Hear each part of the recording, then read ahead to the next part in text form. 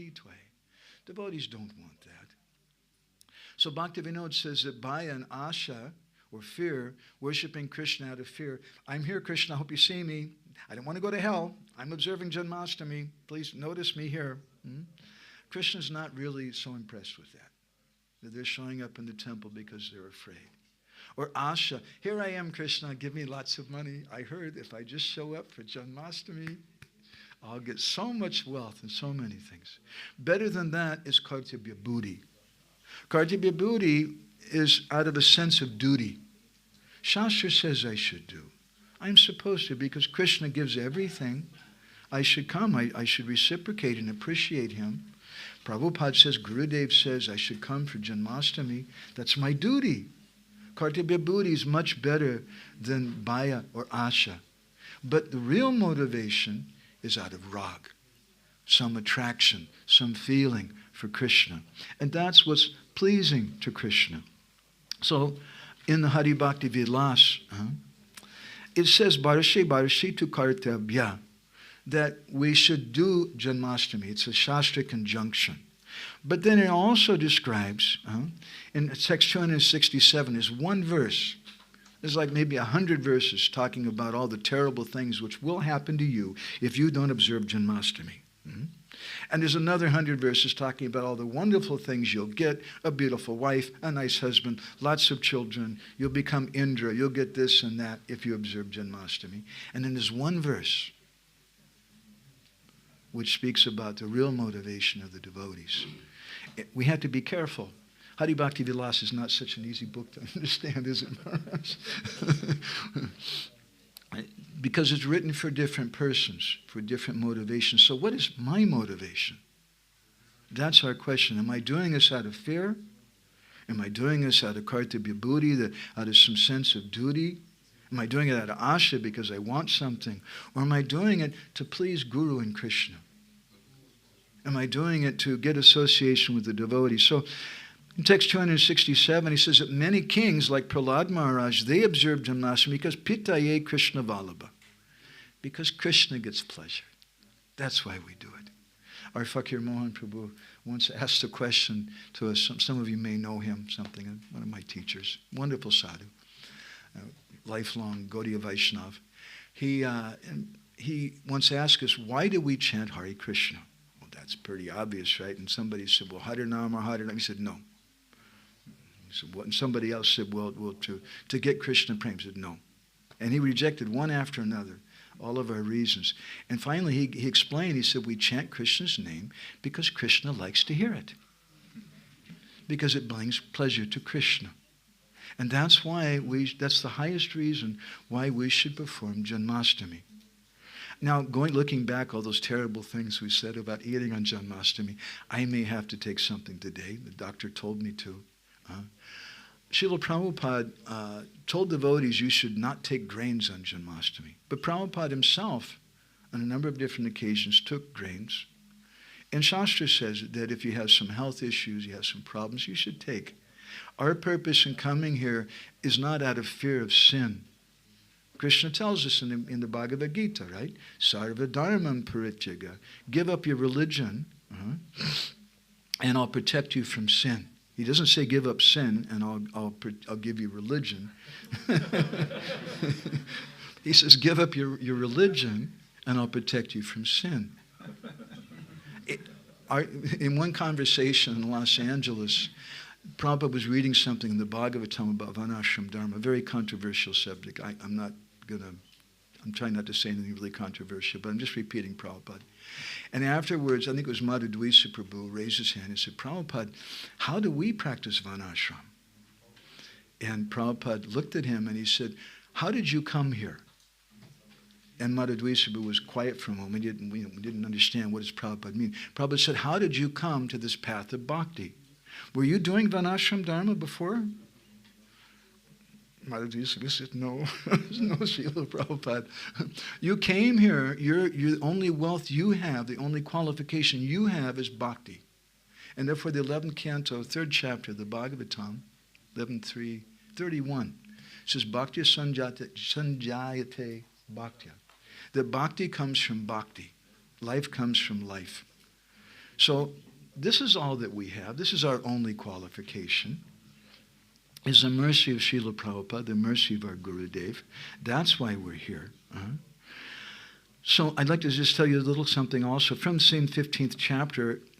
In the Bhavishya Puranas, this is quoted by Gopal Bhatta Goswami, Sanatana Goswami, and Hari Bhakti Vilas.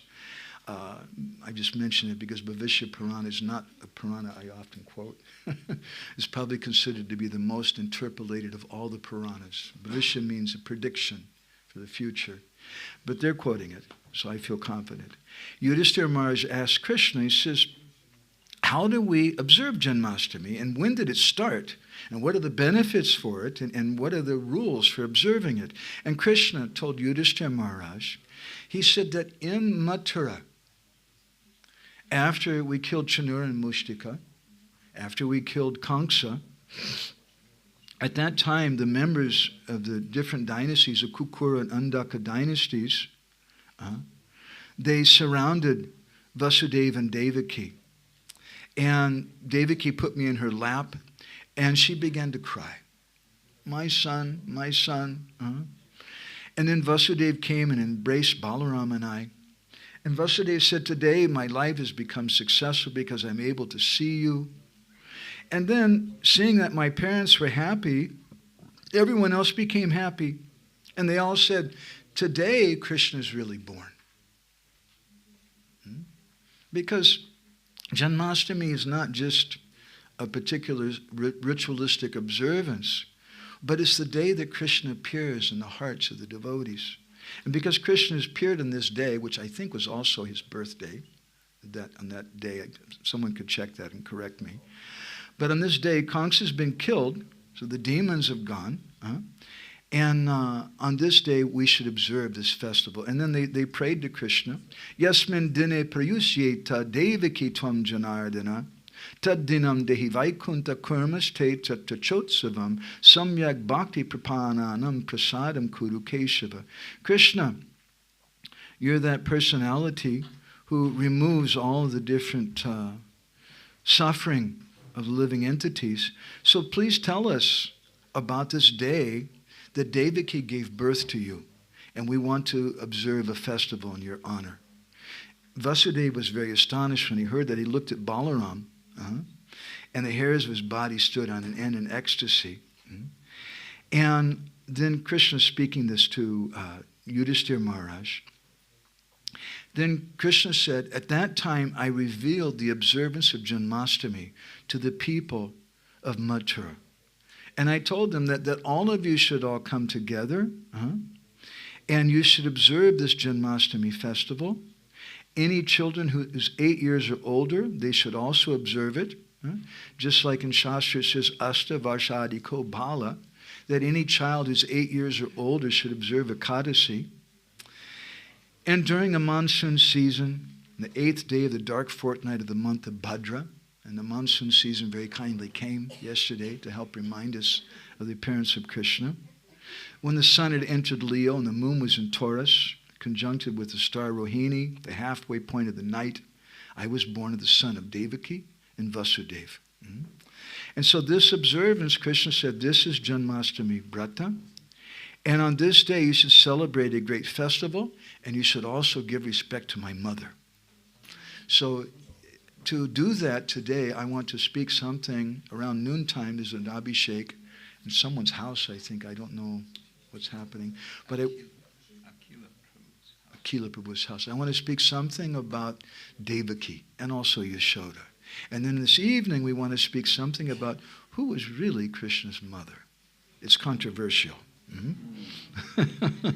It's bigger than any ISKCON controversy. It's much bigger than Lady Gurus or the fall of the Jiva or anything like that. So you come. Nobody should record your lecture. And so then Krishna told Yudhishthira that it was from that time on that everybody began to perform Janmashtami because of the happiness of Vasudeva and Devaki. So I want to finish, I'll tell you a story which is from the Vayu Purana.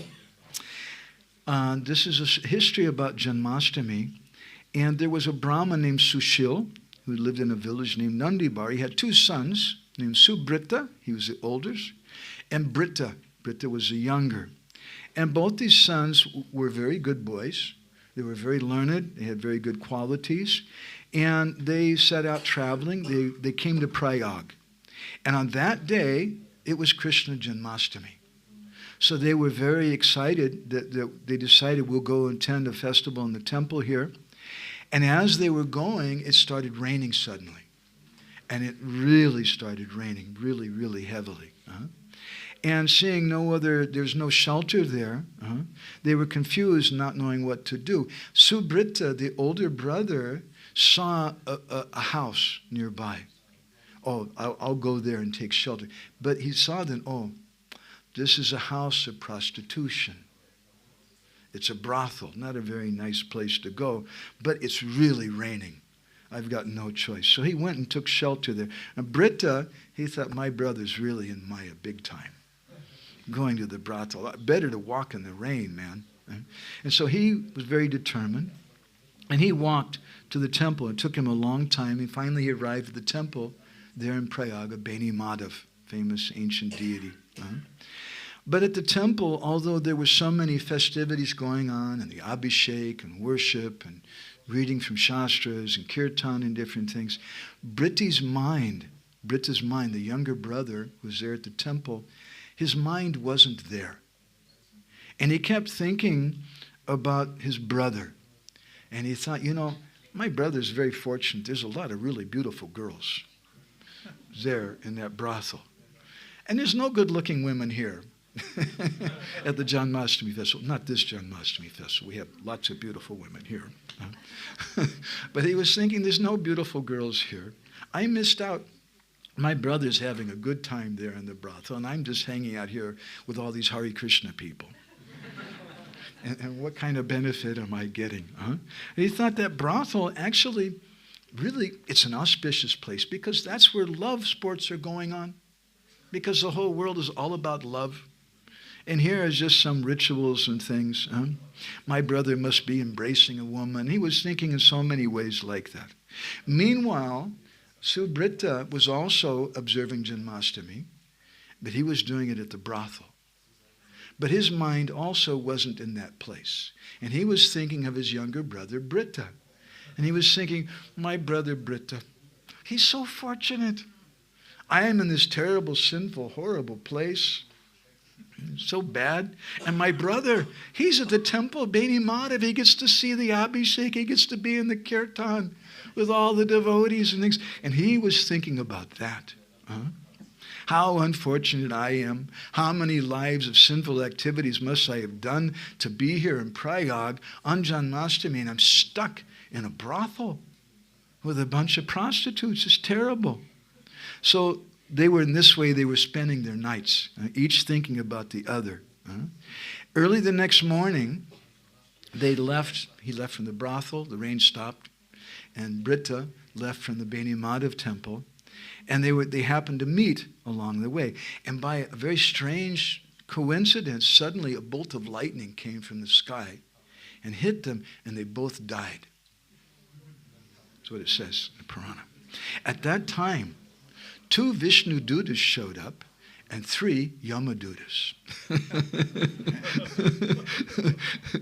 And the Vishnu Dutas, they came and they took Subrata, who had spent the night at the brothel. They said, you got to come with us. We're taking you to the spiritual world. And the Yamadutas, they said, that's the guy. They pointed at Britta, the younger brother. We're taking us with you to hell. And when they heard that, when Subrata heard that, he said, no, please, I don't want to go to the spiritual world without my brother. This is not right. And it's not fair. I didn't do anything. I didn't do any abhishek. There was no kirtan in the brothel. There was no Krishna Katha in the brothel, just a bunch of things we don't want to talk about. And my brother, he was doing everything, hanging out with the Hare Krishnas and chanting and dancing and taking and seeing the abhishek and everything. And those Vishnu Dutas, they smiled and they said, Shrinu Dharma Rahasyam Tvam. We want to tell you something about this confidential Dharma. Vichitram Romaharshanam Karmanam Kritimatram tu Nadadati Phalam Mahat Savesham Api Karmanam Manasudhi Karanam Manasa Chanchaliniaiva Kritam Karma Chadukadam Manasa Chintito Vapi Dharma Phala Vivardana. Very important. Manasa Chintito Vapi. He said, you should hear from us this Dharma Rahasya, that if you do something, karmanam kriti matram too, just like Jiva Goswami in Gopal Champu, he says that when Krishna was a little boy, he saw the Brijbasis running around. And he says they were, this is Nanda Vrindavan Champu in Kavi Karnapur. And he asked his father, he says, what is it? They're running around like a bunch of robots. The Brijbasis. And what were they doing? They were getting ready for Indra Puja. It was something they weren't doing with their hearts, but they were doing because we're supposed to do that. And Krishna stopped that. No, don't do for that reason. So, someone who does karmanam tu kritam matram, not tu nadadati phalam mahat, you don't get the real fruit of the activity if we just do it in a mechanical way. Rather, in all activities, sarvesham api karmanam manasudhikaranam, purity of the mind is very important. We have to have a proper sankalpa. We have to have a proper attitude. What am I doing? Why am I here? Why did I come? Manasa chanchalinaiva. If you have a fickle mind, yeah, I'm here, I heard the class, I know, but I really need some money. I really have some monetary problems. I'm having problems. The temple president doesn't appreciate me. Please, Krishna, please let him understand me. I understand I should have this good motivation, but my mind is chanchala. It's going here and there. Karma cha dukadam. Then what activities you perform in that way, you don't get the proper result. You get some anxiety. But manasa chintito vapi dharma phala vivardanaha. If we perform this activity with a fixed mind, then we get a proper fruit. So when Subrata heard that, he said, that's okay, but my brother, he's going to hell. I don't want this. What can I do to deliver him? And they said, look, you did so many pious things before. You're chanting Hare Krishna, doing this. You give him the fruit of some of that, and that'll deliver him from hell. And so he was delivered both of them went to the spiritual world. So the purport is that Janmashtami is something we want to do with our heart. It's not just a ritualistic activity for the Hindus, with all respect. Prabhupada sometimes said we're Hindus also. It's not just some ritualistic thing that we do, but it means to make Krishna appear. And when and where does Krishna appear? Lord Nrsingadev is here, but Lord Nrsingadev wasn't the first personality here. Before Lord Nrsingadev was the devotees in this yatra. And by the prayers and the chanting of the devotees, Lord Nrsingadev appeared. Just as the same in Treta Yuga, Prahlad Maharaj was there before Lord Nrsingadev. And because Prahlad was there, Lord Nrsingadev arrived. Krishna consciousness came to America after Srila Prabhupada. When Srila Prabhupada came to America, we can understand Krishna's coming. When the devotees come together, they do kirtan, we can understand Krishna's coming. And not just in the form of some rituals. When we do these abhishek, we're not doing it just because this is what we're supposed to do by Shastra, but we do it because it gives Krishna pleasure. It gives pleasure to our acharyas. Our acharyas have said we should do this abhishek. We should have this wonderful artik because Mother Yashoda was doing that. The Brijbasis are doing it. And seeing that worship, it reminds us of them. Just like one sadhu was asked a question, why do you people wear dhotis and saris? And he gave such a good answer. That's another controversial thing, I'm sorry, but I really liked his answer. His answer was to remind us of the residents of Vrindavan. Because when we go to Vrindavan, that's what they wear. They wear dhotis and saris, and it reminds us of them. It reminds us of their devotion. So we come together for this festival, and it's not complete unless the devotees have loving interactions, unless we do some service. And that's why I'm here. I'm trying to do a little humble service for Krishna Kshetra Maharaj, and I'm getting nervous that I spoke for too long. So I think I should stop there. Shri Krishna Janmashtami ke, Shri Radha Govinda ke, Srila Prabhupada ki, Samaveda Bhakta Binda ki, Gaur Premanande, Vancha Kalpatarubhischa, Kripa Sindhu Bhyeva Champatitanam Pavanebhyo, Vaishnavebhyo Namo Namaha. Ananda Koti Vaishnava Binda ki jai. Thank you. Very nice, very sweet. Very sweet, but not complete. Not complete. No, I was going to say that hearing what warns in Hari Bhakti a lot, so I have to be careful now. Good. I suggest that before we proceed, we all stand up and stretch. Very well. And while we're standing up and stretching, I'd like to ask about our schedule, what time I should stop. Me too. I think you should stop before the Abhishek tonight. Somewhere Gauranga. Nityananda. Gauranga. Nityananda. Gauranga. Nityananda. Gauranga. Nityananda.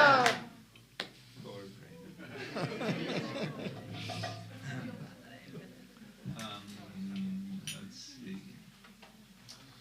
Govinda De Prabhu, are you there?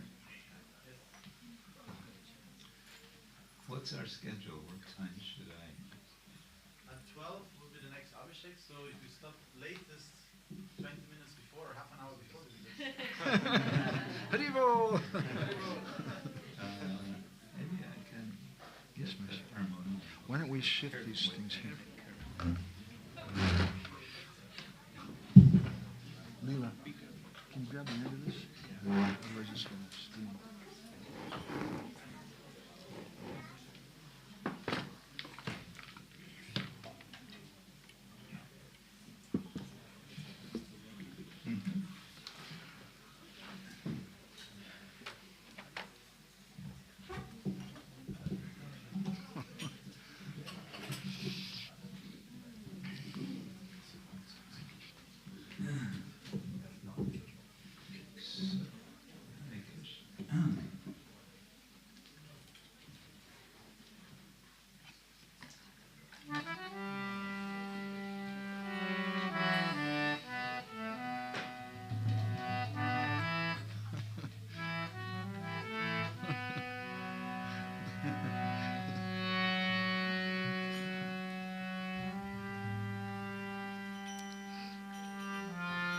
Govinda Jaya Jaya Gopala Jaya Jaya Govinda Jaya Jaya Gopala Jaya Jaya Govinda Jaya Jaya Gopala Jaya Jaya Govinda Jaya Jaya Gopala Radha Ramana Hari Govinda Radha Ramana Hari Govinda Jaya Jaya Radha Ramana Hari Govinda Jaya Jaya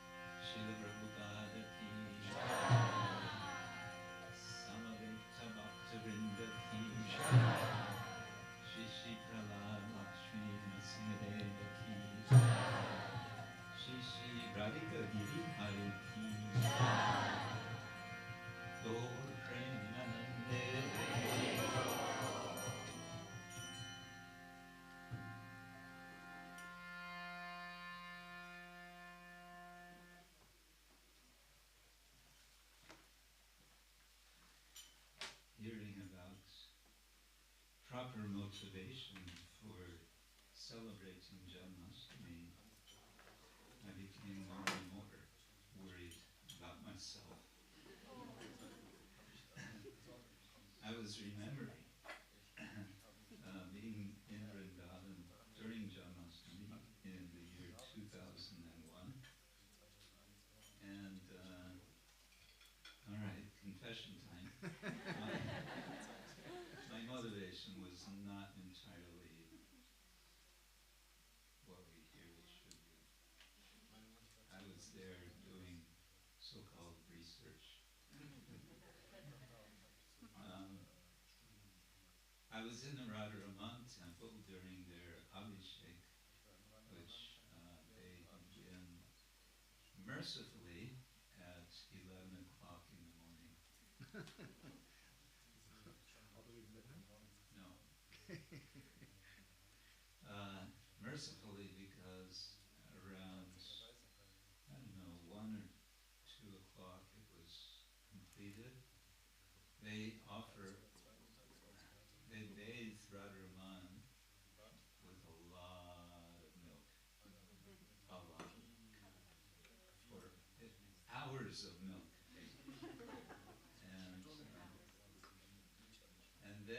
And then here's the merciful thing, that when it's over, they close the curtain and the pujaris come out with big buckets of charanamrita. And everyone rushes forward. They're already prepared. They come with their stainless steel containers, big containers, and hold them out, and pujaris fill them up. And in this way, everyone enjoys the amrita from the charanas, from the lotus body of Radharaman at about 1 in the afternoon. Not breaking the fast. Charanamrita. It's not food. Yeah, it's not food.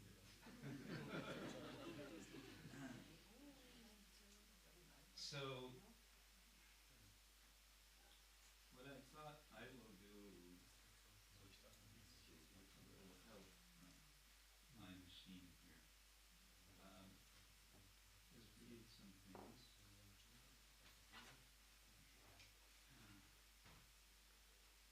To reflect on Krishna's appearance, but also, I think we have to also reflect on Krishna's apparent disappearance, his absence. It's a kind of paradox. We heard so nicely how Krishna appears where his devotees come. But at the same time, the devotees have this feeling of Krishna's absence. And this is the feeling which prevails in Vrindavan, even when Krishna is present in Vrindavan. Isn't it? Even when Krishna is present in Vrindavan, he's off to the forest. We're waiting for him to come from the forest. He comes back, but then very soon he's gone again. The Bhagavatam, as you know, begins in the first canto essentially describing the disappearance of Krishna. We start hearing about Krishna's either his absence or his soon to be absence.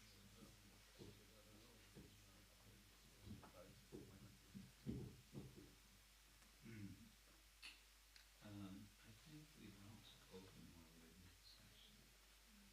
Can we open this one? This one doesn't open, but yeah, we could open the door a little bit more also. Yeah. I mean, opening the second part of the door. This window doesn't open. Opening that.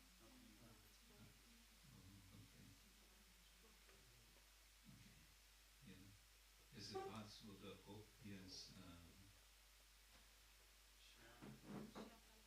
Shama Haridas. I have to learn this. Yes.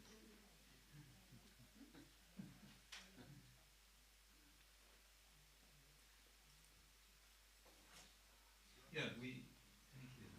We hear about Krishna's absence. Queen Kunti is praying to Krishna as he's about to leave.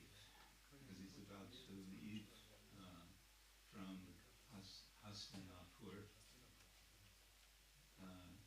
She's speaking words of remembrance of Krishna's presence and how Krishna has protected the Pandavas. And she is expressing her gratitude. And she's anticipating that Krishna is going to leave. And in her anticipation of Krishna leaving, she's praying to Krishna, please let my attraction be for you in the same way as the Ganga flows to the ocean, unhindered. And she says, let me give up my attraction, my attachment to both sides of my family. I want to be attracted to you only. And she understands there's a condition for that. You can't have attraction, attachment in this world and expect that your attraction for Krishna will be unhindered. So she wants this unhindered attraction. We come to the third canto of Srimad Bhagavatam, and there, early in the canto, in chapter 2 and 3, we meet Uddhava. And Uddhava has been with Krishna. Krishna has been with Uddhava in Mathura. And now, and after this, he has been with Krishna where? Somewhere on the bank of some river. And they have discussed, Uddhava has received instruction, extensive instruction from Uddhava, as preparation for Krishna to leave. And then Uddhava, who can't bear that Krishna has left, who does he meet? In the third canto?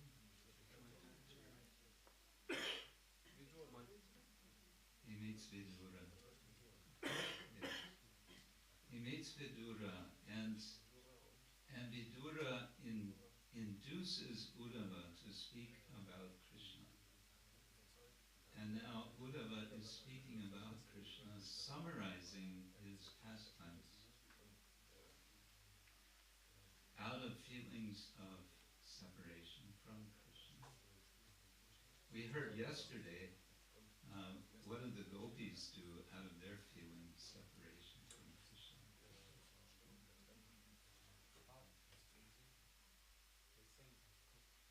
Huh?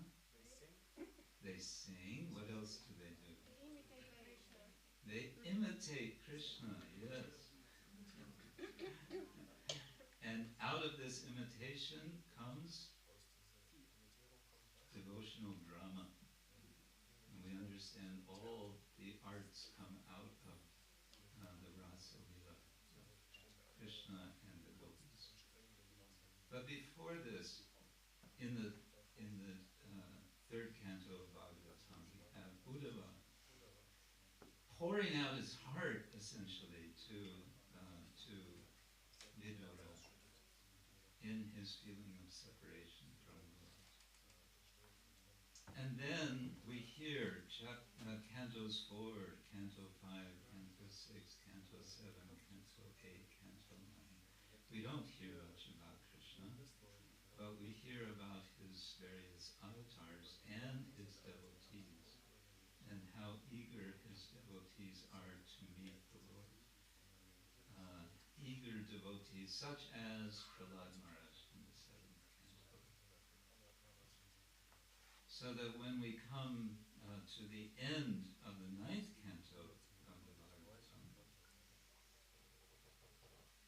we are ready to begin to hear about Krishna.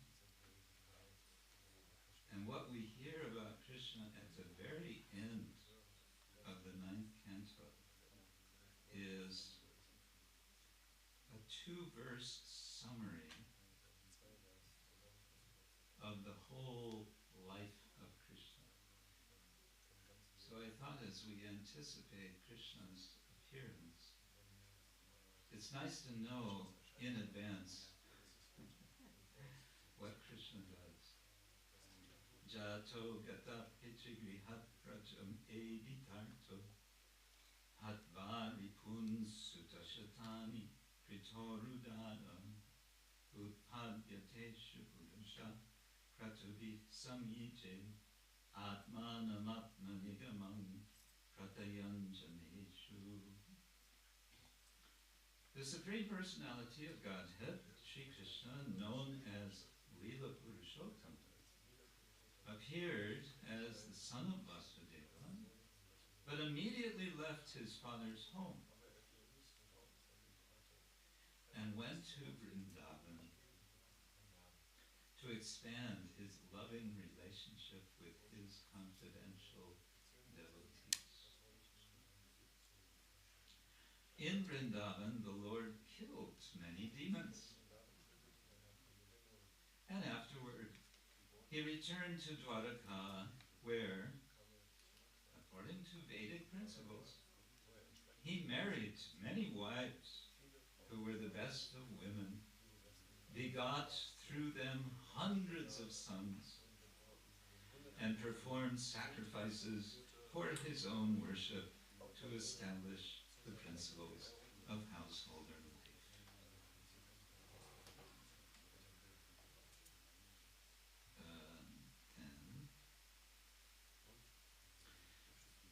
Next verse, Pritya. This is, if you're taking notes, this is 9:24:67.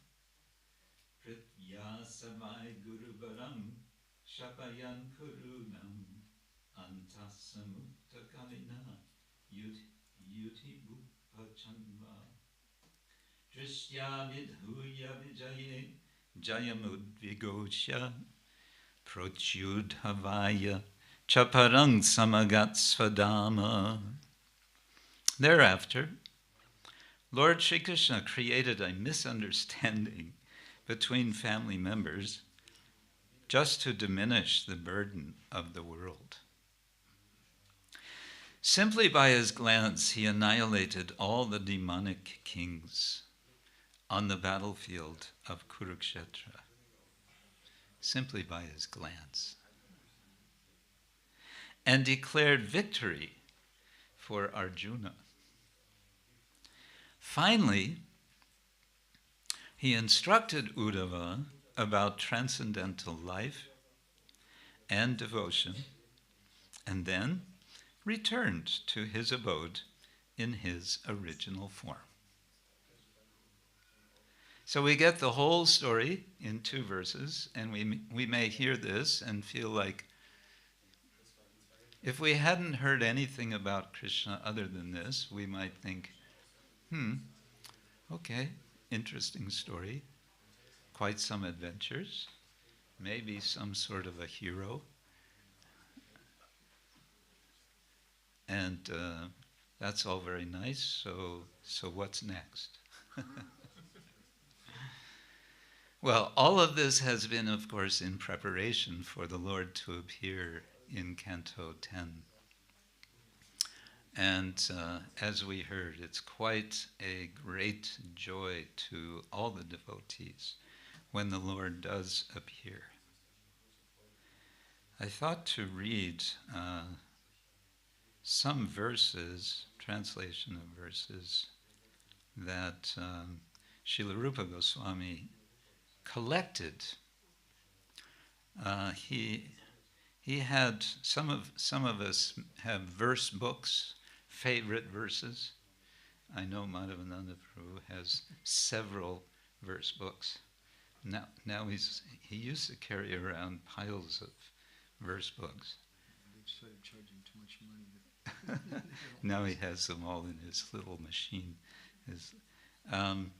So Rupa Goswami compiled verses in a book called the Padyavali, and it's been translated by various translators, but there's a translation that is on its way, that's coming. It's going to be very first class because the translator is very first class in so many ways. Gopinathacharya Prabhu in Oxford. But before I read this, I want to remind us that the Bhagavatam teaches in three different ways. Vedam Puranam Kavyam Cha Prabhur Mitra Priyeva Cha Bodhayantiti Hi Prahus Trivrit Bhagavatam Puna. Jiva Goswami quotes that that there are three ways. The Vedas teach generally in the mood of a Prabhu, a master, a king, giving orders and giving warnings like the Hari Bhakti Vilasa. And then we learn, especially from the Puranas, in the way a friend teaches us. And we heard this beautiful story from which Purana was it? The Vamana Purana, about the two celebrants of Janmashtami in two different places. And then Kavyam is the way, Kavya or poetry is taught, the way of teaching of a beloved or a lover. And so, Trivid Bhagavata Punaha, all three of these are found in the Bhagavatam. And the Bhagavatam has inspired poets.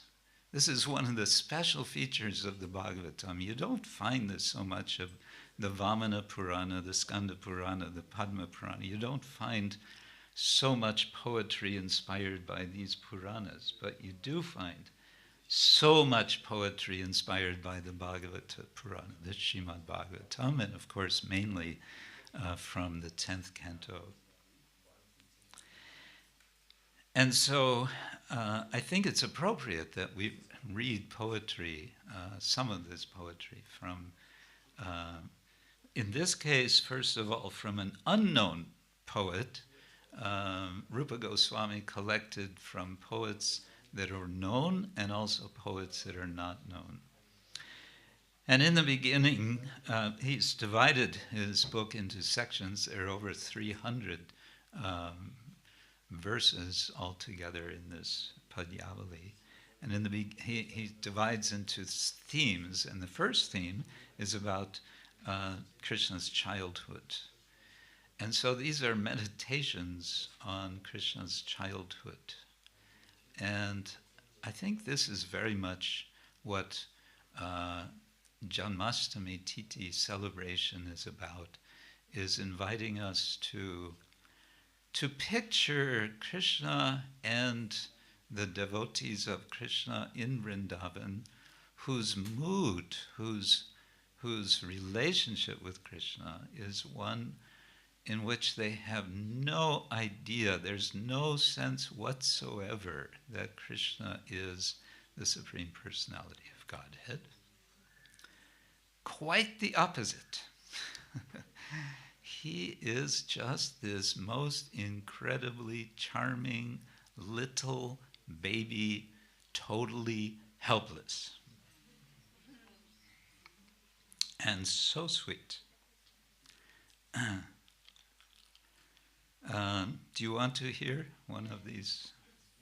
No? Yes. No? Yes. Okay. I'll read slowly for our translators. Let's see, who's speaking here? The Brajbasis are speaking. No one go to the woods, to the forest today. Instead, bring all your cows and calves and gaily adorn them. For in Nanda's house a child has been born. And we heard how excited they were because there was no child for so long. And then finally, what was Nanda Maharaj doing when a child was born? What did we hear? Haribol! You can imagine Nanda Maharaj. This is for picturing. I invite you, dear devotees, please picture this scene. They, the Vrajavasis, say this over and over, dancing and singing and causing an uproar. Hearts simply bursting with joy. Why do you linger there for no reason? Hurry! Rise up and run! Anything any of you imagined you might see, now see it with your very own eyes. Someone is marking heads with doob grass and curd. Another keeps clasping his feet. Another gives clothes and cows to celebrate the day. Another hops up and laughs and sings. Children and elders, women and men, everyone's wish has come 4 times true. 4 times true. They're so overcome with the love of Surdas's Lord. Now I just realized halfway through, I completely announced this wrong. This is from Sur Sagar. This is one of the songs of Surdas. They're so overcome with the love of Surdas's Lord that they give no thought to the king. The king, who's the king here? Nanda Maharaj. They're totally ignoring Nanda Maharaj. They're just excited about Krishna. Okay, now let me go to the Padyavali. And this is jumping a bit ahead in terms of when Krishna is older now. Actually, there are 3 periods of Krishna's childhood described in Bhakti Rasamrita Sindhu. There's the Kaumara age, his very early childhood. Kaumara, yeah. And then there's Poganda, when he's a young boy. It's a jolly time. It's when he ventures into the forest and he takes care of the calves. And there's 3 subheadings of each of these. And then there's the Kaishora age. There's an Adya, a Madhya, and a Shesha period within each of these. And they're all described in great detail.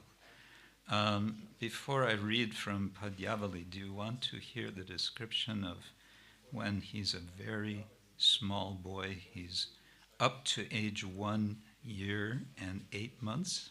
Yes. No? Yes. Yes, okay. He's very chubby. Do you know the word chubby? Plump, plump. Little kind of fatty. Small babies, they're chubby. Yeah. His body is tender as blue lotuses.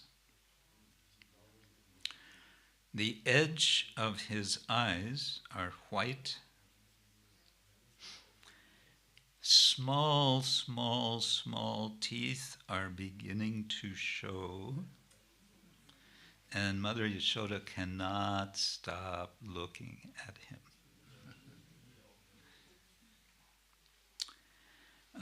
And as she's caring for him, she's arranging for a protective talisman. You know what a talisman is? Yeah, it's some hocus pocus to protect. Tiger claws. You know tiger claws? Yeah. So already in this very young age, he's wearing tiger claws. He has a cord around his waist. Is he wearing pants? No.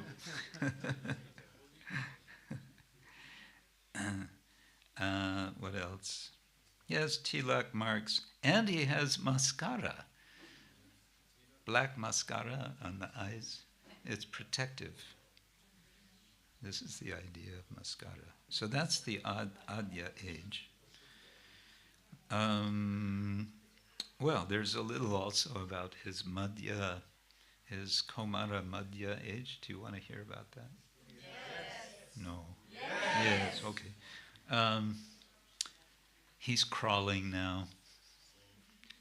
Now, some of you are mothers and you know about children when they start crawling.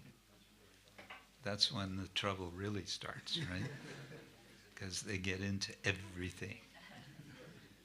And they put everything in their mouth, right? Do you realize that you, one day, when you were small, were also doing this? But when Krishna is crawling,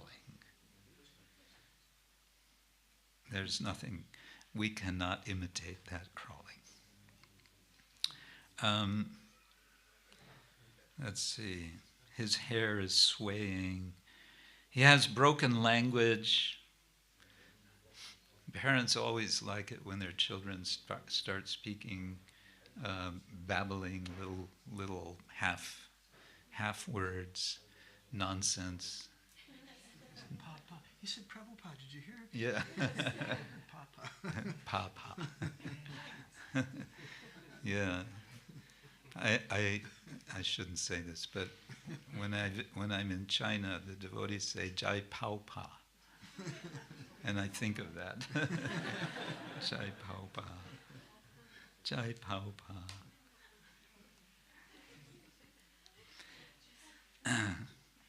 Okay. By this time, he's also having small pearls in his earlobes. He's already eating butter at this time. Ooh, yeah. Makara, right? And where am I? Yeah, so he's graduated already from, of course, he's taking mother's milk, but he's graduated. Now he's also taking butter. In the Shesha age, do you want to hear about this? Yes. No. Okay. Now he's walking. Imagine, those of you who are mothers, you know how proud you are when your child starts walking, right? Now the trouble really starts. Now he's herding the calves. He's playing games on the outskirts of Gokula. And he dresses in a short dhoti, not a long dhoti, but a short dhoti. So sometimes we hear that dhotis are, I don't know, are they Vedic, are they not Vedic? I don't know, but Krishna wears a short dhoti. And he carries a stick. He imitates the older cowherd boys. When we see small children imitating their parents, it's very cute, isn't it? I remember seeing years and years ago, he's a grown man now, Haridas. He was maybe 4 years old, maybe less. And he would sit next to his father when his father would chant Gayatri. He would sit next to him, and he would sit like he's chanting Gayatri.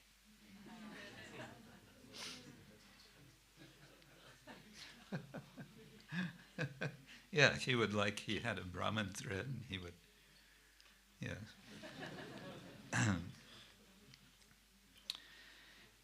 By this time, he has a peacock feather in his hair. So Krishna didn't always have a peacock feather in his hair. Now he has a peacock feather. That's significant. His hair by now is long enough to tie in a top knot.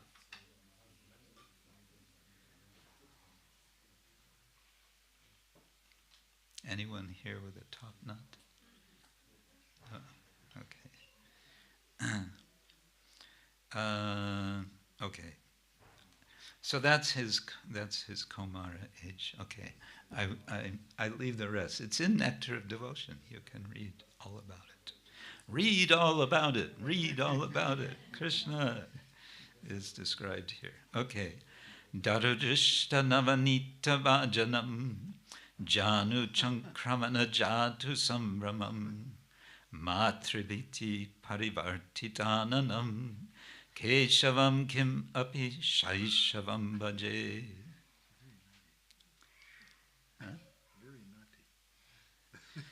From afar, he catches sight of a pot of freshly churned butter. Hurriedly, he crawls toward it, glancing backwards in fear of his mother. That little boy, Keshava, I worship.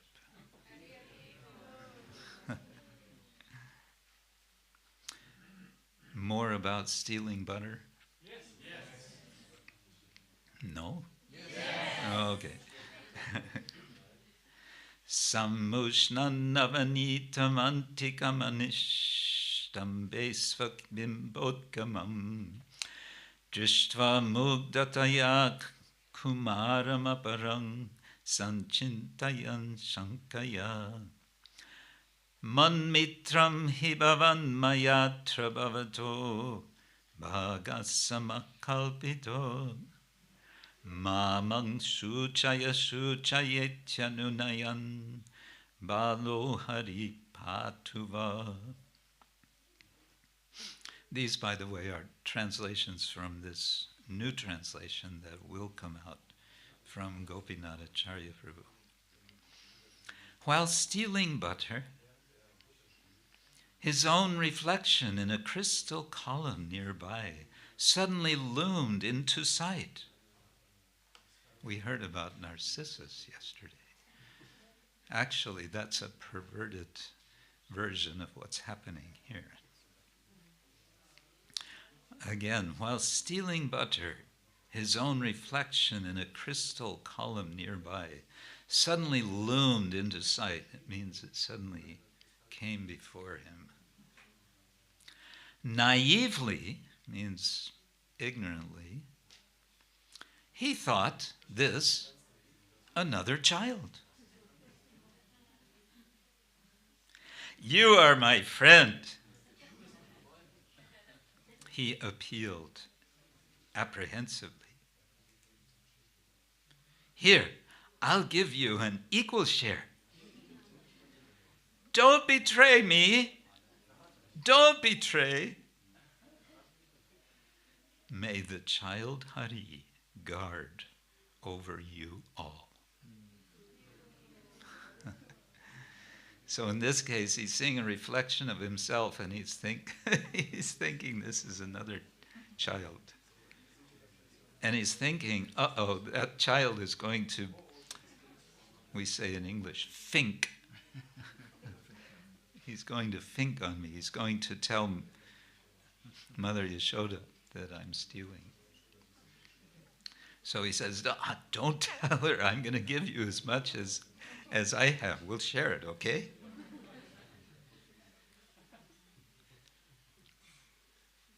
One more? Yes. No? Yes. Yes. Dadimatana ninadais chaktanitra pravate nivrita padamagaram vallavinam pravishta mukha kamala samirair ashunir vapyadipan kavalita navanita patu mang bala Krishna. At dawn, the noise of churning curd breaks his slumber. Treading gently, he slips into the house of the milkmaids, quickly blows out the lamps with his lotus mouth, and gulps down the fresh butter. May the child Krishna protect me.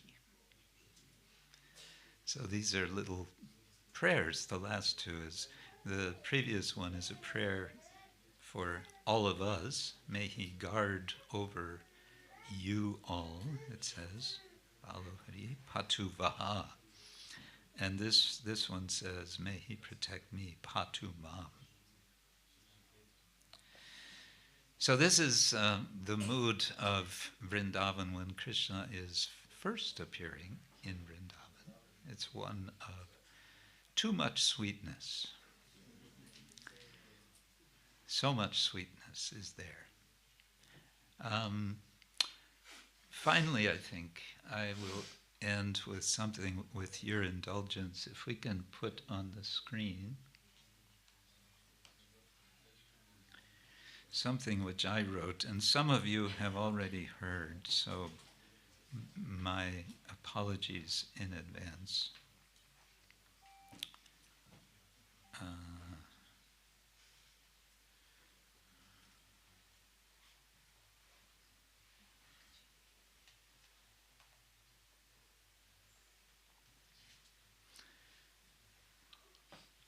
It takes a minute to warm up the machine. So Krishna, as you know, Krishna appeared in Mathura. Did he stay very long in Mathura?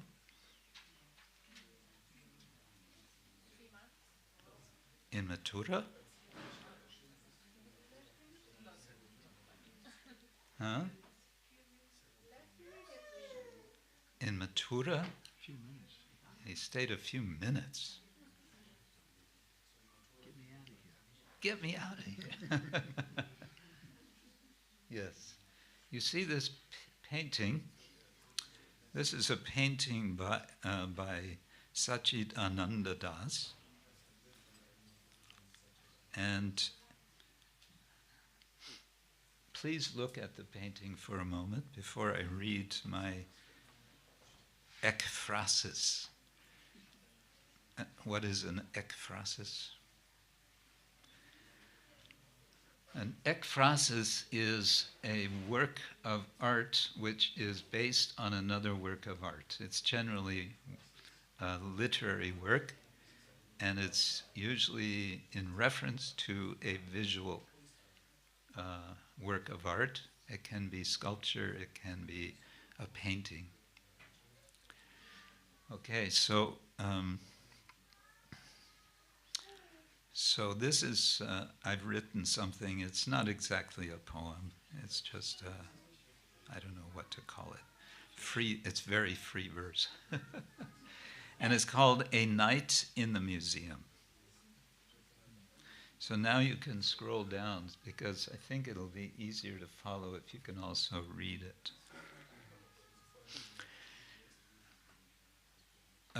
Here, you can read from mine. Whoops. Yes.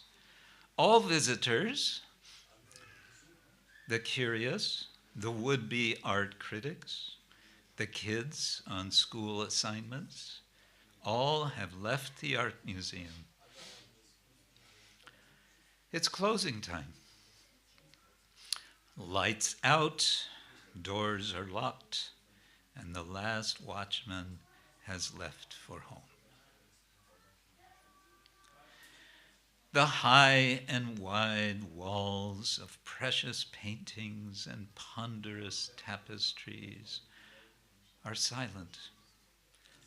Their populations of battling warriors, primly posing princesses, sorry sailors on sinking ships, plump nudes, beauties, plump nude beauties, still lifes of rotting pomegranates and abstractions of no thing in particular, have all turned inward to themselves, resigned to their brush-stroked and framed or meticulously woven nocturnal destinies. All rooms are dark, except one. From where this light shines forth. Over here, on this side? Yes, I might have known.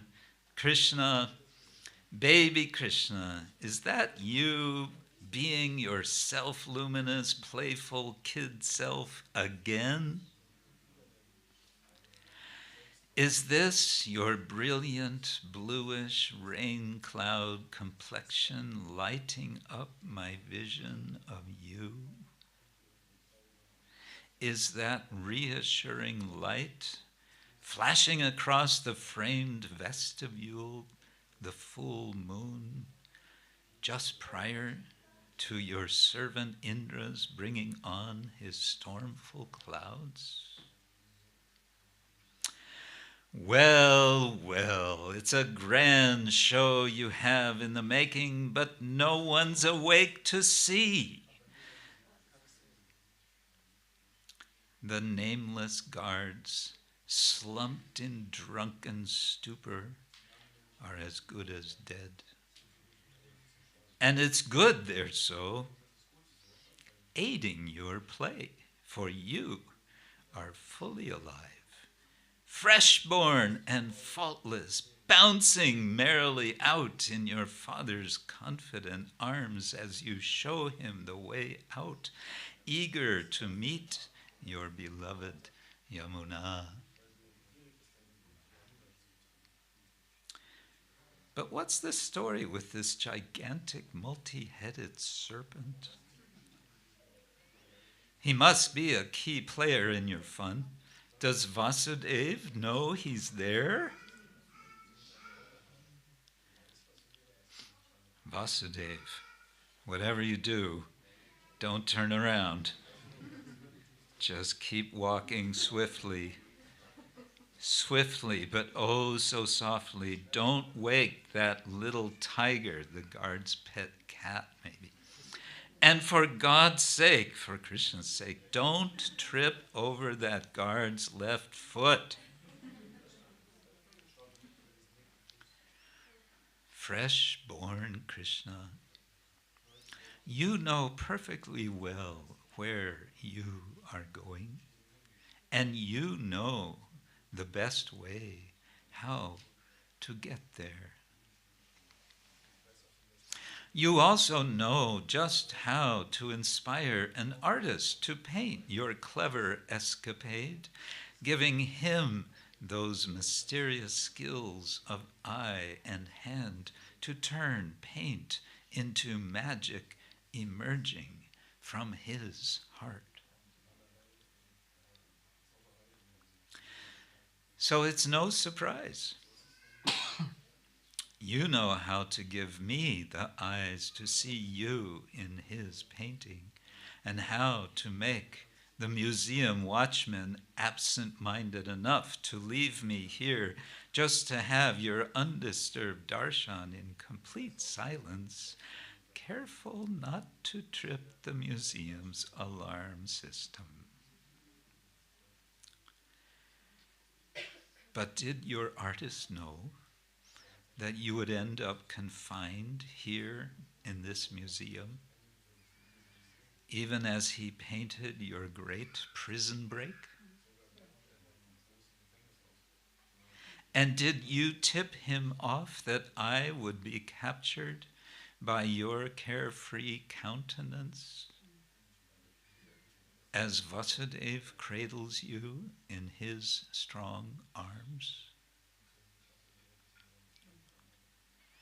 The museum guards returning routinely tomorrow morning, turning on the lights and finding me here, will demand in anxious tones to know my means of access, my purpose, my identity. I will smile at them in reply and gesture toward you, baby Krishna. And as they look over to you, this little blue bundle of Sachit Ananda in Vasudev's arms, guarded by the unlimited remainder, Ananta Shesha, will bless them. Or will you be already gone by then, hastening to meet your friends in Vrindavan?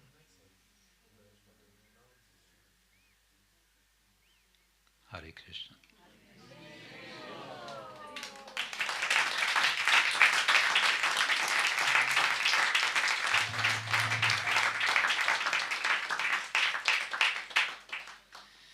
So now I want to ask you, because a couple of days ago I was asked, Maharaj, what is your favorite verse?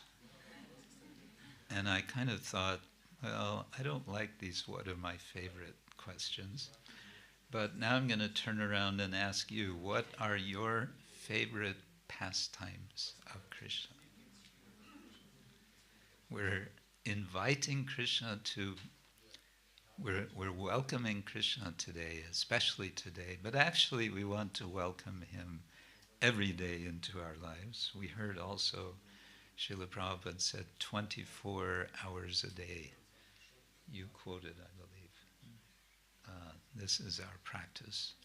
But all right, today, special day.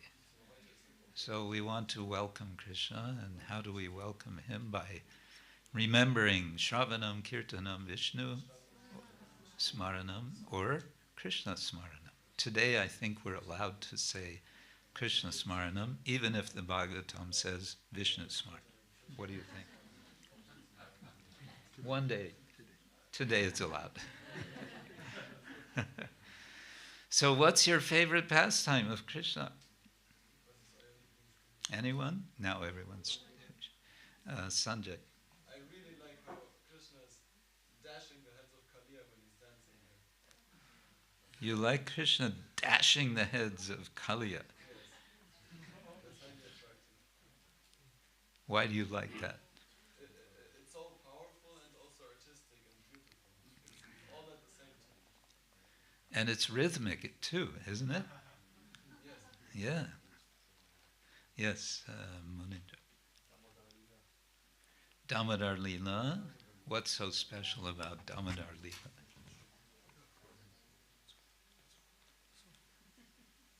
Microphone, yeah. The loving exchange between Yeshua and Krishna. Okay. Anyone else? Ladies? Yes, Nandimukhi. Stealing butter. He loves butter. And so We're getting more specific now. Yeah, he likes eating butter.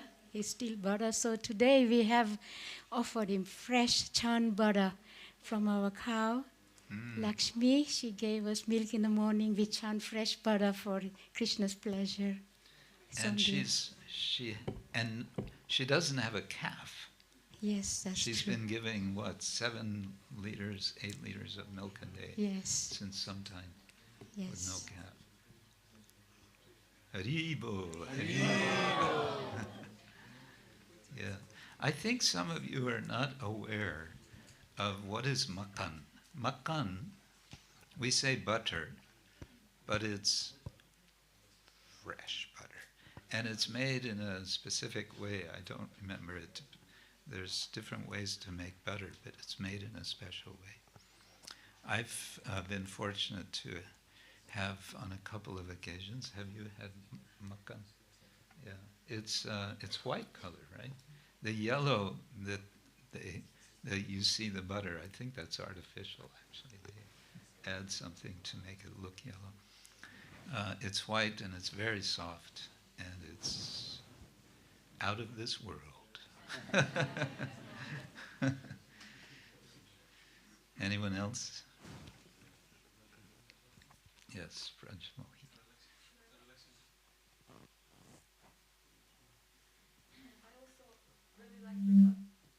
I also really like the Kaliya pastime, and for example, how Krishna before jumping into the lake, he's like checking his clothes and then He's jumping. tightening his belt, right? Yeah. He tightens his belt because if you're going to jump into the water, you don't want your clothes falling off, right? Yeah. I always think he also wants to look good. In that way. He wants to look good, yes. Huh? Flamboyant. Yes, you know the word flamboyant. Putting on a show. Yeah. Yes, and then part. I like the best Vastraharana Lila, Krishna Gopi Vastraharana, Krishna stealing the clothes of the gopis. My favorite. Yeah, it's so amazing. It's full of details. It's full of love. It's just best for me. Best. Yeah, like topmost. Topmost. Yeah. Yeah, I cannot imagine anything beyond that. It's really. Can you remember one detail for us? There's so many details, and it can be also a little bit compared to Sankirtan. Pastime is in the beginning, like how gopis went together to the banks of the Yamuna together, holding hands, singing Krishna's holy names, and they vowed to they made a vow for a whole month to do special austerity, to have their Krishna as husband, and that they did it together. They didn't want to do it individual because they recognize the power in unity, in Sankirtan, in joint endeavor. That's very nice. And that also attracted Krishna to come, and he was attracted by their love. Madhavananda Prabhu wrote a beautiful article years ago in his magazine with many details. I recommend to everybody.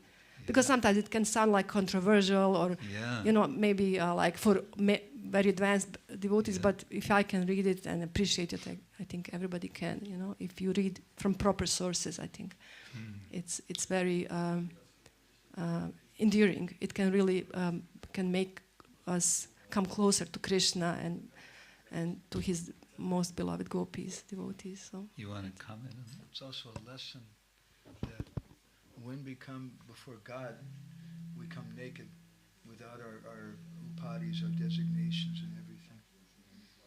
Yeah. It's interesting, it just occurs to me, this was on the first day of their vrata. It was the first day of their vrata because they vowed for 1 month, right? Yes. Mm-hmm. So that means on the first day already they got their wish fulfilled. On the last day Krishna came, on 28th day. Yeah. Oh, on the last day. Krishna came, I thought it was the for first. whole month day. Okay, so yes. And I found this interesting detail. It's really so endearing how gopis appear even in Bhagavad Gita. When Krishna mentions that he's out of months, that he's Marga Shirsha. Yes. It says that he remembers that pastime. Therefore he says, Marga Shirsha, this pastime happened there in that month. So it's interesting. Thank you. The gopis also appear in Bhishma Dev's prayers. Here's Bhishma Dev, right? Bhishma. And he's dying. He's on a battlefield. And he's remembering Krishna and the gopis. Right? Best time to remember, yes. Yes. Microphone for. I've had many, but first one, when you asked for that question, the first one that came to my mind was the Chamatkara Chandrikas. Like all four of them are wonderful, but the one that really sticks for me, like for my, is how Krishna induced Abhimanyu to bring him to Radharani in the basket where where Yashoda Mai put the jewels and gifts for Radhika. And she tries to convince Abhimanyu that, bring this to your wife, and and Krishna secretly hides inside. Yes, that's so sweet. And then Jatila is like, bring it to Radharani's room, and don't disturb her when she's discovering what gifts she got from Yashoda. Yes, it's understood that all of the rasas in Vrindavan are supporting isn't it? They're surrounding and they're supporting the Adi rasa, and so everyone in Vrindavan, including Jatila and Abhimanyu, they're actually supporting that rasa. Say again. Anvayavyat, you know this. Oh, Anvayat Vyatirekavya Yat Sarvatra Sarvada. Yes. Yes, that's true. Anyone else? Yes. Kirtidas. For me, it was when Draupadi speak with Krishna the day before the Kurukshetra war. And it was so strong because she knew what's gonna happen. The kid's gonna die, and she said, "Krishna, why that? Why that's gonna happen?" And he looked at her so strongly, and he said, "Just because I want you to think only on me." It was so powerful for me. Like I'm a mother, and that's the hardest thing, That and. So a powerful message from Krishna. Draupadi knew before the battle that her children were going to be killed. Yeah? You know better than I do. Yeah, it's very powerful, very touching. Yes, Lalita. Wait. Shri microphone is coming to me. My favorite pastimes are described in the Srila Rupa Goswami's drama Vidagdha Madhava. But I can't say what part is favorite. Maybe just part when Madhu Mangal is making fun of Jatila. But I wouldn't go now into whole drama, but I also like the pastimes. It's a swing festival that we have of Radha Krishna. It appears to me in my own heart as just enjoyable for Krishna and Radharani, and carefree, just swinging. And there is also one part when Krishna swings Radharani so high and she's afraid. That's also like sort of fun part. Carefree but afraid. Freely afraid. Kishori Kunda.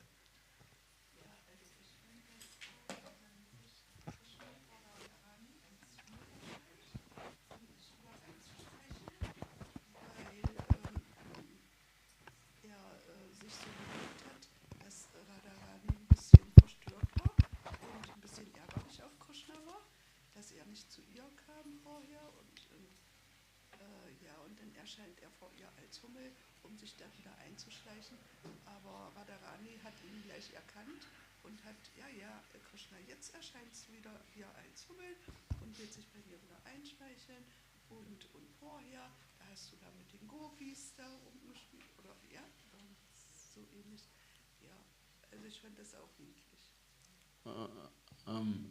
I'm not familiar with the pastime, so I don't know if I can repeat it. There is what...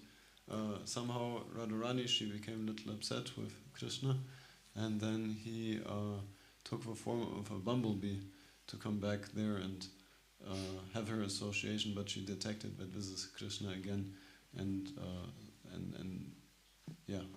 I'm not sure if I got the gist of the thing.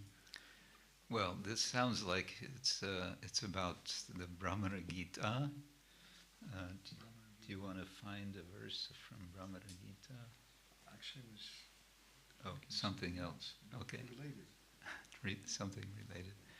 Yeah, so this is when Uddhava has been sent by Krishna to Vrindavan as a messenger to convey condolence. Would you say condolence? He's not condolence. A message, yeah. A message of his affection and care for the residents of Vrindavan. And when he meets with the gopis, this bumblebee comes, this Brahmara. And the name Radharani is not there in the Bhagavatam, but it's understood. The acharyas identify that this particular gopi is none other than Srimati Radhika. And she speaks to this Brahmana, this 10 verses. And this is considered the topmost expression, or it's the core of the Bhagavatam, isn't it? There's the Rasa Lila, but then there's this expression of feeling of separation. 47th chapter. Some say it's the most important chapter in the Bible. Yeah. Because it happens. Because that chapter is also later reflected in Jagannath Puri, Mahaprabhu speaking. There's something we're translating right now. I'm hoping will appear if it comes out right. It's one of the reasons why you don't see me all the time. And from the 11th chapter of the Adi Purana, it's being translated by a nice lady in South India for us. It's an interesting story how Lord Brahma, after he was born, he became full of anxiety. And then the Lord appeared before him, it says the Paramatma appeared, as Brihingadeep. Brihingadeep was a bumblebee. And that bumblebee spoke to Lord Brahma, told him, you're Lord Brahma, and this and this and this. And then later there was another rishi, whose name was Kiravir, and he'd taken the form of a bird. And Kiravir went to Brihingadeep and asked him, look, would you tell me about Srimati Radharani? And Brihingadeep tells him about this bumblebee, tells him all about Radharani's family line and how Radharani appeared. And so reading it, I was thinking, this must be the bee. That's the one. Very nice. Yeah, so there's no limit to Krishna Lila. I often say, we read the verses at the end of the 9th canto. It says, Krishna killed many demons. And then we read in the 10th canto, so many demons are killed. But actually, Jiva Goswami in Gopala Champu, I think he says that Krishna kills at least one demon every day while he's in Vrindavan. Is that in Gopal Champu? Anyway, know, but that sounds like at least one demon a day, and sometimes two. Sometimes two. One in the morning, one in the afternoon, just for exercise. Yeah. So I'm looking at the clock. I think we should have some time now to have a break, and some of us may want to chant japa, some of us may want to have darshan and meditate on Shri Shri Gandharvika Giridhari. So I'll leave you with a verse which it was printed out in the Brahmacharya ashram in Schloss Rettershof in Germany many years ago. And because we had heard that there's this Gayatri mantra for the Brahmins, but what about us bhaktas and maybe first initiated to brahmacharis? So this was called the Jayati mantra. So we got to learn, we could learn the Jayati mantra. Jayati janani vaso devaki janmavado yadavara parishat svayardorbir asyana dharmam stirachara vijinagna susmita shimukena Raja Pura Vanitanan Vardhayan Kamadevan. It's an interesting verse because it begins describing sort of Krishna at a distance, and it moves to Krishna up close as Kamadevan. And but Svardorbira Asyana Dharma, this is what made me think of it. With his powerful arms, he is protecting the devotees. But actually, one more verse I think we should remember. It's somehow not complete otherwise. And that is from Chaitanya Charitamrita, because what can we understand about Krishna except through Sri Chaitanya Mahaprabhu? When I was in Vrindavan doing this research on the Radharaman temple, they told me that at one time, maybe more than 100 years earlier, one of their congregation, one of their followers of the Radharaman community, had brought a small Ashtadhatu, I guess, deity, murti of Srimati Radharani to give, to be worshipped next to Radharaman.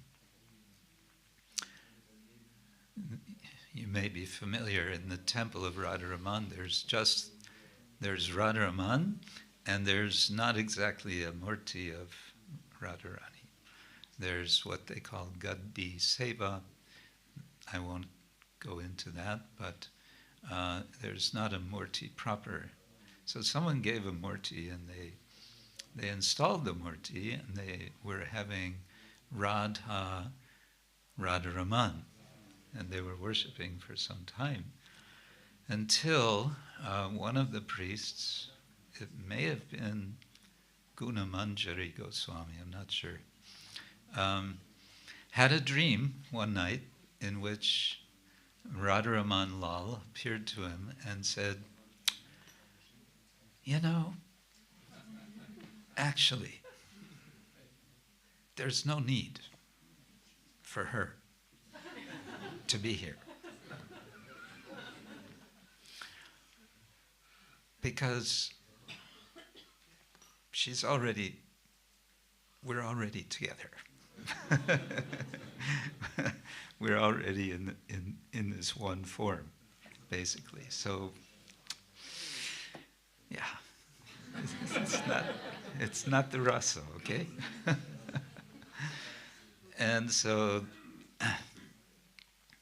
the next morning, the Goswami reported, and I guess they had a meeting, and they discussed, and they concluded, okay, Radharani will go to one of their outlying branch temples. They have other temples of some of the Goswami priests. And so I believe that deity is worshipped somewhere else in another town. But the point is, they also understand that Radharaman is Chaitanya. Because Chaitanya is, who is Chaitanya? Radha Krishna Nahayanya.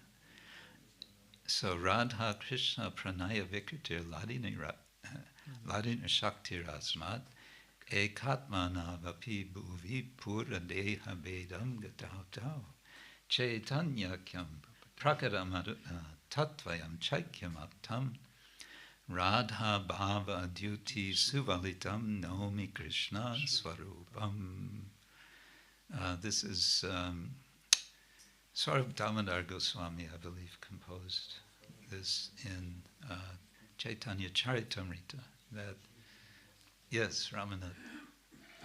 Wasn't it Gopal Bhatta Goswami doing puja to Radharaman, and he manifest as Chaitanya at that vision at that time when he was doing puja, and from then on the understanding was there, basically 3 in 1, Radha, Krishna, Chaitanya. Well, I hadn't heard that, but it makes perfect sense. Well, that's what I mean, Yeah. I don't have an instant pramana, but I think that's the story. I've heard that Gopal Bhatta was doing puja, and Chaitanya manifest, and he had that realization. He's worshipping Chaitanya as well as Radharaman. Let it be so understood. Yes. What came to my mind was that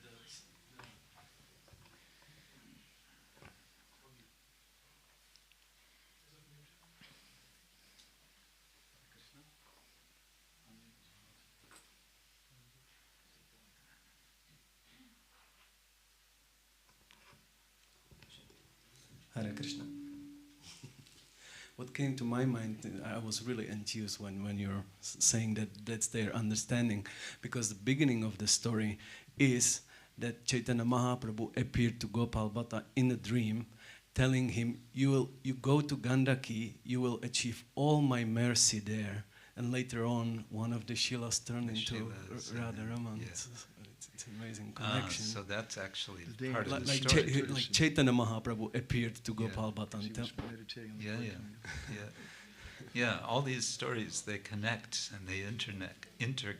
They interconnect. We are interneted. But anyway, the point is Radha Krishna Pranaya Vikriti Ladini Shakti Rasmat. That Radha and Krishna are appearing there. They're one, they become two, and again they become one. And how they become one is as Sri Chaitanya Mahaprabhu. Our understanding of who is Krishna appearing in this world is not accessible. It's only accessible.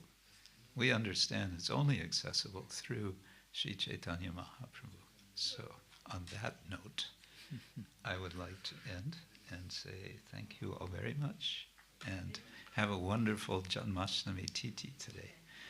Srila Prabhupada ki jai, Shri Radhika Giridhari ki jai, Samaveta Bhaktavrinda ki jai, Shri Nrsimha Jai Nrsimha Jai Jai Nrsimha, Praladesha Jaya Padma Mukha Padma Bringa. We can also pray to Nrsimhadev as Bhaktivinoda Thakur does in his, what is the, Navadvipa Tarangini, Navadvipa Tarangini, Bhavat, yes, Navadvipa Bhavat Tarangini. He prays to Lakshmi Nrsimha to bless him, to purify his heart so that Radha and Krishna will appear in his heart. So in that way, it makes perfect sense that we are here today in Singhachalam. What do you think? Yes? No? Yes. No? Yes. Gaur Premanande. Hare Krishna.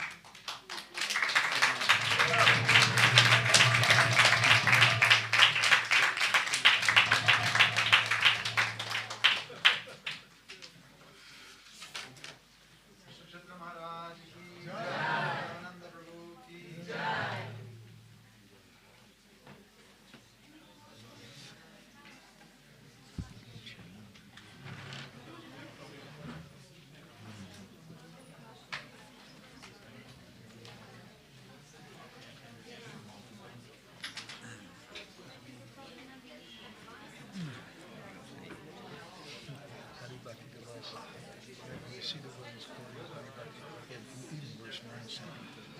I just love this little laugh, especially they get this argument on how does he hate the Shastra? We should respect it. If you're really going to respect Odin, you should respect all the verses. You should follow everything. And I'd like to see how that goes. It's like something was in there.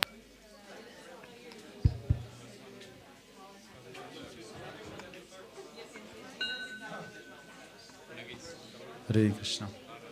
Hare Krishna. Just one short orientation again about the schedule. So we will have at 12 at Krishna Balaram's temple, the next Abhishekam.